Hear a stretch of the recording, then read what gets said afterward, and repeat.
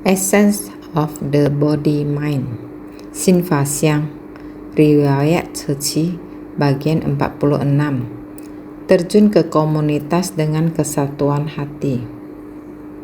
Ceramah Master tanggal 21 Juni 2009. Pada pelatihan fungsionaris wilayah utara, beberapa tahun yang lalu, ada seorang bodhisattva tua yang sangat giat melatih diri. Dia mempelajari Dharma Buddha secara mendalam. Dia berkata terhadap komite kita, katanya, "Kalian sungguh penuh berkah. Kalian masih sangat muda, dan dengan memiliki tubuh manusia ini, bisa menekuni Dharma Buddha, bahkan masuk ke dalam jantung dari ajaran Buddha. Benar-benar masuk ke tengah jantung Dharma Buddha. Oleh karena kita yang melangkah di jalan Bodhisattva, senior kita telah membentangkan jalan bagi kita. Kita mengikuti dari belakang, juga mempunyai tanggung jawab untuk membentangkan jalan bagi orang yang di belakang kita. Oleh karena itu, jalan agung milenium berikutnya harus dibentangkan sejak dari sekarang." Riwayat Ceci bagian 46. Terjun ke komunitas dengan kesatuan hati. Tahun 2003, Ceci telah melalui perkembangan selama lebih dari 30 tahun.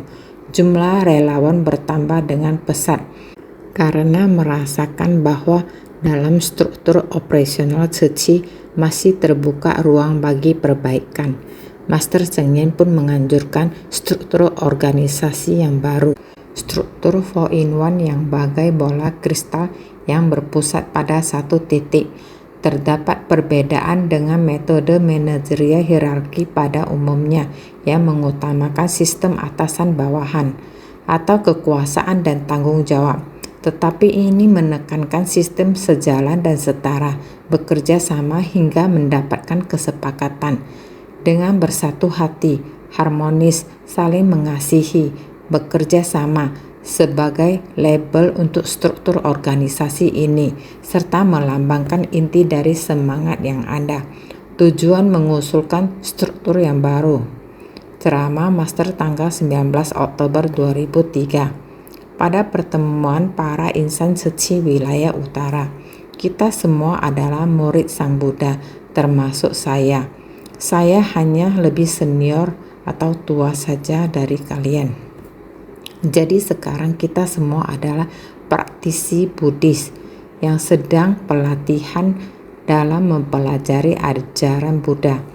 Namun, masing-masing memiliki akar kapasitas yang berbeda. Ada urutan tertentu dalam mempelajari Buddha Dharma.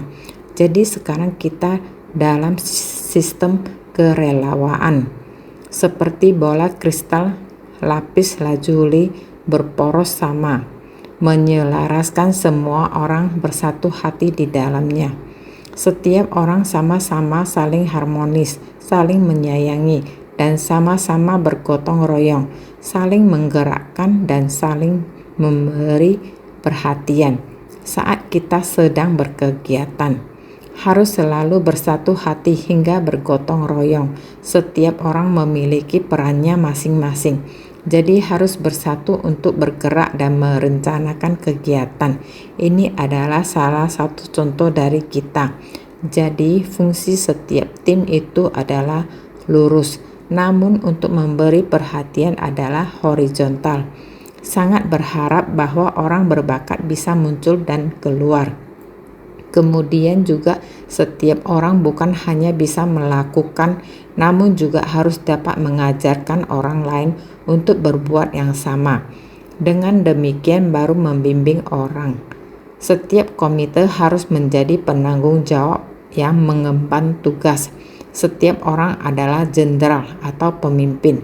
Setiap orang, terutama setiap komite laki-laki ceceng, saat dia berdiri dan berbagi tentang tugas apa yang dia emban sekarang, berbicara dengan lancar dan tenang, mempunyai kefasihan berbicara yang baik.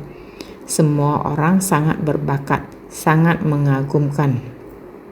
Tanggal 21 Oktober 2003. Pada pertemuan insan suci wilayah pusat, saya berharap organisasi kita ini adalah suatu organisasi dari praktisi Buddhis yang sesungguhnya.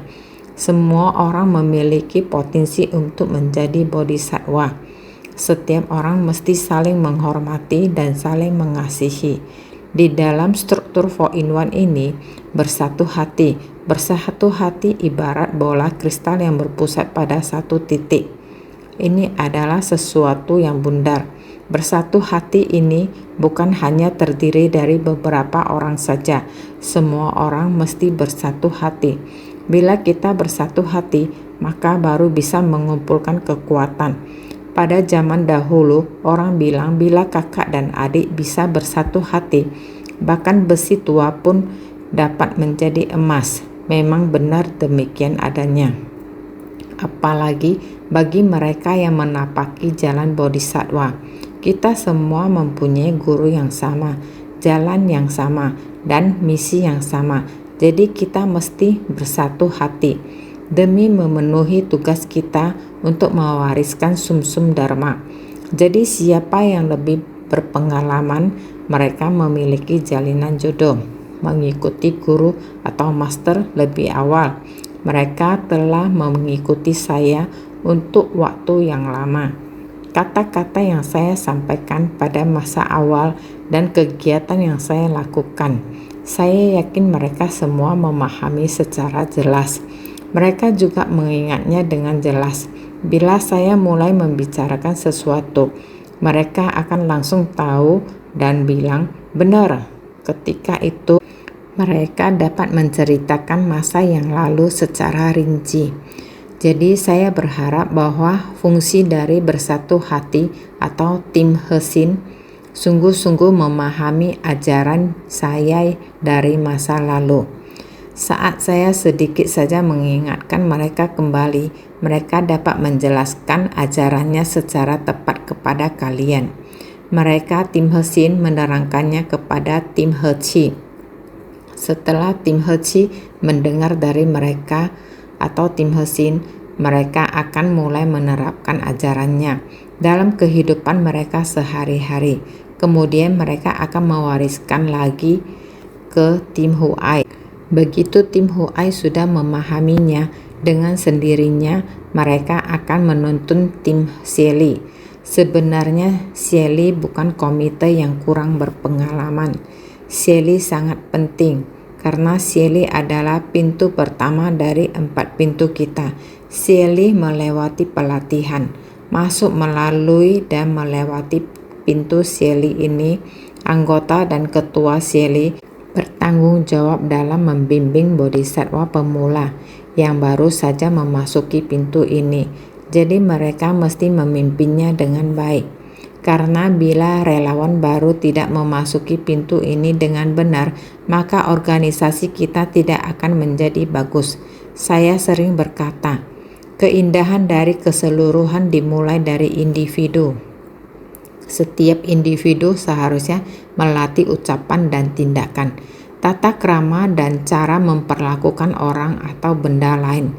Sangat ramah dan disiplin. Kalau demikian, kalau saya, kamu dan dia, kita semua seperti ini, kalau kita semua berpadu seperti ini, kelompok kita akan menjadi bagus. Ketika orang menilai kita, organisasi kita ini, organisasi seperti apa? Mereka akan melihat dengan matanya, mendengar dengan telinganya, merasakan dengan hatinya. Kita akan bisa menginspirasi orang-orang, tentu dengan tata krama kita. Di samping tata krama kita, kita juga mesti rukun. Organisasi ini sungguh harmonis, terlihat sangat nyaman. Sesjie dan Sesyung saling mengasihi. Ini adalah organisasi yang amat bagus. Tanpa disadari, orang-orang akan terinspirasi ketika melihat tindakan dari organisasi kita. Oleh karena itu, Master membutuhkan dari kalian semua untuk mensucikan hati manusia dan menyelamatkan manusia di dunia. Kita harus mengubah jalinan jodoh buruk menjadi baik. Ini adalah bagian dari pelatihan diri. Jika kita ingin melenyapkan kerisauan batin, kita harus menjauhi jalinan jodoh buruk dan menjalin jodoh baik. Jika kita menjalin jodoh baik dengan orang lain, maka kita sedang menjalankan pelatihan diri. Sebelum mencapai kemudahan, kita harus menjalin hubungan baik dengan orang lain. Organisasi suci kita ini membangun jalinan jodoh baik dengan sesama. Jadi apakah kalian berada di tim Shelly, tim Huai, atau tim Heci? Sama-sama kita semua harus saling memberi perhatian. Beberapa orang mungkin bertanya, "Master, bagaimana Anda memimpin? Bagaimana Anda memimpin begitu banyak insan Heci di seluruh dunia hingga bisa begitu disiplin? Bagaimana sebetulnya Anda memimpin?" Saya katakan kepada mereka bahwa saya tidak memimpin apapun. Saya hanya memberi mereka sebuah sistem. Menjadikan sila sebagai sistem dan menjadikan cinta kasih sebagai pola manajemen. Setiap orang harus mengatur niat pikirannya sendiri dalam hati dan menjalankan tugasnya dengan baik. Tentu saja Anda tidak akan melanggar aturan, sehingga seluruh kelompok dapat menjadi amat rapi. Evolusi suci. Pada masa awal berdirinya organisasi suci, terdiri dari kerabat dan teman yang saling kenal dengan baik. Teman kerja, teman sekolah, mereka saling mengajak untuk bergabung, sehingga membentuk tim yang kompak dengan hubungan antara manusia sebagai pendorong utama interaksi. Ceramah Master tanggal 21 Oktober 2003 pada pertemuan para insan suci wilayah pusat. Awalnya kita memulai suci dengan 30 buah celengan bambu. Setiap hari kita menabung 5 sen, mengumpulkan uang untuk melakukan pekerjaan bantuan amal. Awal mulanya belum ada pembagian tim. Setelah itu makin banyak orang, banyak tugas. Jadi kita harus ada pembagian tim. Dari 4, 5, dan 6 orang menjadi satu tim. Hingga 80, 90, 100 orang lebih. Ini juga satu tim. Saya merasa mereka tidak bisa saling menjaga satu sama lain. Ada yang dari bagian timur Taiwan pergi bergabung ke bagian barat untuk membentuk satu tim. Dari barat Taiwan pergi ke selatan bergabung menjadi satu tim. Dulu kita pernah mengatakan kalau orang yang kita kenalkan adalah donatur kita. Setelah dia menjadi komite juga masih dalam tim kita. Dulu kita seperti ini. Kemudian saya mengatakan untuk menghemat waktu, banyak hal yang harus kita lakukan, terutama di dalam keluarga besar ini. Jelas-jelas saya berada di wilayah timur. Saya bersama keluarga besar wilayah timur. Semua orang bersatu hati bekerja sama saling berinteraksi. Dengan demikian semuanya bisa menghemat waktu. Juga tidak perlu membawa mobil, tidak perlu menjelajah di jalanan. Mereka hanya tinggal di tempat mereka berada. Jadi saat itu saya berkata kepada semua orang untuk membagi menjadi beberapa wilayah dan kembali ke komunitas masing-masing. Organisasi yang seperti ini setelah melalui 2 kali perubahan yang cukup besar. Yang pertama kali adalah di tahun 1996 setelah Topan Hub. Master mengungkapkan pemikirannya mengenai menerapkan metode relawan komunitas. Yang kedua adalah di tahun 2003 dari struktur 4-in-1 yang bagai bola kristal yang berpusat pada satu titik.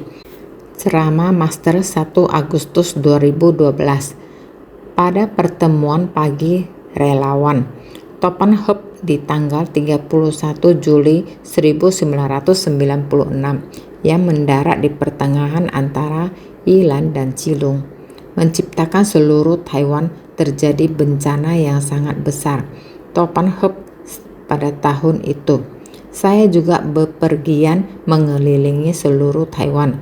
Hujannya begitu deras menyebabkan bencana yang begitu parah. Semua relawan Tzu Chi langsung bergerak, memasuki keluarga demi keluarga, rumah demi rumah untuk bersih-bersih, tetapi bisa melihat bahwa orang-orang yang tinggal di lantai atas hanya mengawasi dengan tatapan dingin, melihat dan melihat, merasa bahwa relawan Tzu Chi telah menggerakkan begitu banyak orang, bahkan bisa melihat bahwa orang yang tidak terkena bencana, mereka merasa bahwa ini tidak ada kaitannya dengan mereka. Sehingga mulai dari tahun tersebut, kita lalu memulai bagaimana cara untuk menghimbau seluruh lapisan masyarakat. Tetangga membantu tetangga, lingkungan membantu lingkungannya, saling membantu yang tinggal di lantai atas membantu yang di lantai bawah, mengimplementasikan relawan komunitas. Sebenarnya sebab dan kondisi dari struktur 4-in-1 kita juga bermula dari saat itu. Mulai perlahan-lahan mengembangkan himbauan agar relawan Tzu Chi mengajak orang di komunitas, agar masyarakat setempat memberi perhatian terhadap komunitasnya. Lingkungan tetangga semacam ini, setiap orang saling bergerak, setiap orang saling membantu. Dengan cara seperti ini terus-menerus, dengan cara seperti ini, struktur 4-in-1 perlahan-lahan terbentuk. Saat ini saya sangat bersyukur karena bukan hanya terlihat bahwa di antara masyarakat saling membantu, juga terlihat pemerintah ikut terlibat dengan amat cepat. Tahun 2003, pada akhir bulan Agustus, struktur organisasi 4-in-1 yang dikemukakan oleh Master setahap lebih maju lagi, menghapuskan metode manajemen dari susunan semula yang didominasi oleh ketua. Master mengharapkan insan Tzu Chi dapat bekerja dalam keharmonisan dan cinta kasih. Setiap orang bisa menyatukan hatinya, meneruskan semangat dan filosofi Tzu Chi. Setiap orang bisa saling membantu, berbagi cinta kasih universal, bergandengan tangan menapaki jalan bodhisattva. Semangat dan filosofi 4-in-1. Ceramah Master tanggal 4 Oktober 2003. Pada training Hesin, kita berada dalam struktur organisasi yang sangat besar, seperti bola kristal yang berpusat pada satu titik. Bola kristal ini sangat jernih. Bila kita bisa seperti bola kristal ini dengan hati yang sangat bulat, tidakkah setiap orang dapat berbahagia?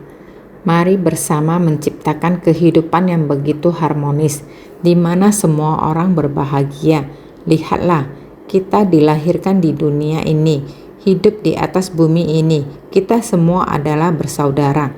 Bukankah kita semua adalah satu keluarga? Jadi kita haruslah menghargai hubungan dengan setiap orang. Menghargai setiap orang.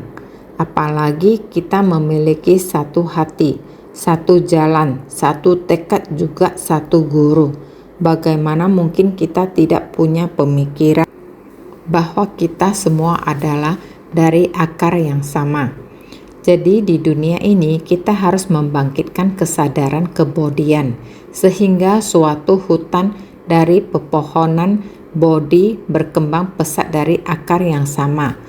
Berhubung dunia ini penuh dengan 5 kekeruhan yang jahat, kita perlu segera mengubah kekeruhan ini menjadi pupuk untuk menggarap ladang berkah dengan sungguh-sungguh. Karena terdapat pergolakan di tengah masyarakat, maka kita hendaknya bersungguh hati membimbing orang-orang. Saya berharap setiap orang dapat mengubah niat pikiran yang bingung dan kacau menjadi batin yang murni tanpa noda. Jika bisa demikian, barulah masyarakat kita akan memiliki harapan. Jadi insan Tzu-Chi bersatu hati menggarap ladang berkah demi komunitas, baik kegiatan pelestarian lingkungan maupun penyebaran cinta kasih di komunitas. Semuanya merupakan metode terampil untuk merekrut relawan, Para insan suci harus bekerja sama agar setiap orang dan keluarga dapat menerima ajaran suci. Ini merupakan hal yang menggembirakan. Inilah yang disebut menggarap ladang berkah. Bagaimana menenangkan pikiran orang-orang, bagaimana membangkitkan minat orang-orang, bagaimana menyucikan hati manusia. Kita harus menjadikan diri sendiri sebagai teladan. Saudara sekalian, inilah kebijaksanaan dalam membimbing orang. Jadi, kita harus menanam akar kebijaksanaan secara mendalam di jalan bodhisattva. Inilah membina berkah dan kebijaksanaan sekaligus. Kita harus sungguh-sungguh membuka jalan bodhisattva di dunia demi seluruh masyarakat. Tanggal 18 Oktober 2003, pertemuan fungsionaris wilayah utara. Tim Hesin adalah semangat mendasar kita. Tim Sieli adalah kekuatan penggeraknya, menggunakan kemampuan untuk menggerakkan kemampuan intuitif. Di samping itu, kita membimbing orang lain dan diri kita sendiri, memberi bimbingan kepada orang lain, dan diri sendiri memperoleh pengajaran. Kita mesti membina diri sendiri agar bisa menggugah dan membimbing orang lain. Inilah pelatihan diri dari tim Hechi dan Huai. Saudara sekalian, sebutan nama di sini hanyalah kata ganti dari pekerjaan saja. Hakikat sejati dari sebutan nama ini dasarnya adalah melakukan. Lakukan saja hal yang benar. Tanggal 25 Desember 2011, pertemuan insan suci wilayah utara. Kangen semua orang yang bersedia memasuki keluarga besar kita. Kangen pada kalian semua yang bersedia bersumbangsi dengan bersungguh hati dan segenap tenaga, karena kalian hendak mengikuti saya, Master. Sehingga tambah satu orang yang bergabung, maka tambah satu orang lagi yang membantu saya dengan menerima suatu tanggung jawab yang berat dan bersumbangsi dengan kekuatanmu. Maka saya bersyukur jika setiap orang mempunyai niat hati demikian, mengurangi beban berat dari saya, Master.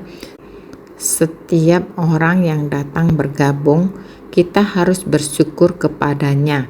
Dengan demikian, kita bisa saling bersyukur. Bersyukur antara sesama kita.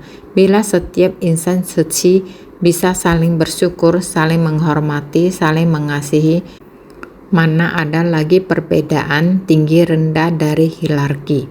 Sehingga demikian cara kerja kita, bersama melingkupi menjadi suatu kesatuan. Ini dinamakan saling merangkul satu sama lain. Sehingga bola kristal lapis lazuli. Bola kristal lapis lazuli ini berporos sama. Semua bersatu hati dalam menggarap lahan berkah dalam kebersamaan.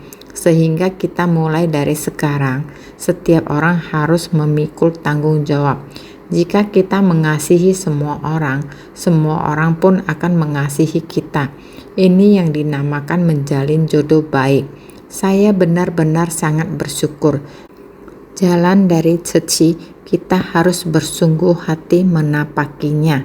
Meski kita adalah semut yang kecil, kita pun dapat memindahkan gunung Semeru.